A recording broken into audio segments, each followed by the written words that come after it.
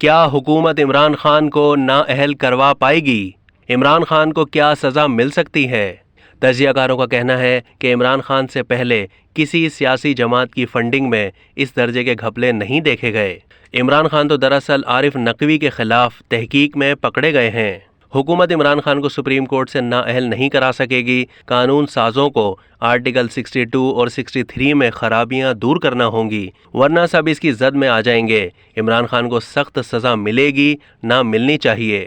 تجزیہ کاروں سے سوال کیا گیا کہ کیا حکومت عمران خان کو سپریم کورٹ سے نااہل کروا پائے گی؟ جواب میں ارشاد بھٹی نے کہا کہ حکومت عمران خان کو سپریم کورٹ سے نااہل نہیں کرا سکے گی۔ عمران خان کو نااہل کرانے کے لیے ثابت کرنا ہوگا کہ انہوں نے جھوٹ بولا اور ذاتی مفاد کے لیے فراڈ کیا۔ پی ڈی ایم حکومت ممنوعہ فنڈنگ کیس فیصلے پر وقت سے پہلے اور ضرورت سے زیادہ ڈھول بجا رہی ہے۔ عمران خان کے پاس وزیر اعظم کا طیارہ نہیں ہے کہ اسحاق ڈار کی طرح باہر بھاگ جائیں۔ ارشاد بھٹی کا کہنا تھا کہ نواز شریف کو صحیح سزا ہوئی اور وہ صحیح نااہل ہوئے۔ کوئی لیڈر زیادہ ووٹ لیتا ہے تو اس کا مطلب یہ نہیں کہ اس کی نااہلیت کو اہلیت میں بدل دیا جائے۔ سپریم کورٹ میں کیس جانے دیں، وہاں سے عمران خان نااہل ہوتے ہیں تو مجھے قبول ہے۔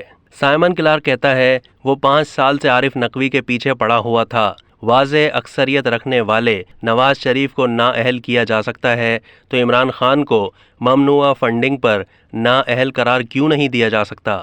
حفیظ اللہ نیازی نے کہا کہ نواز شریف اور عمران خان کے کیس میں کوئی مطابقت نہیں ہے۔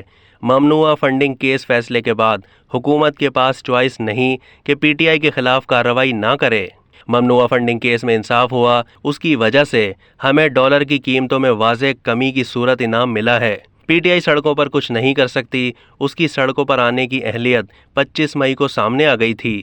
اب تک کے لیے اتنا ہی۔ مزید معلومات کے لیے ڈیلی جنگ کے یوٹیوب چینل کو سبسکرائب کیجیے اور فیس بک کے پیج کو بھی لائک کیجیے۔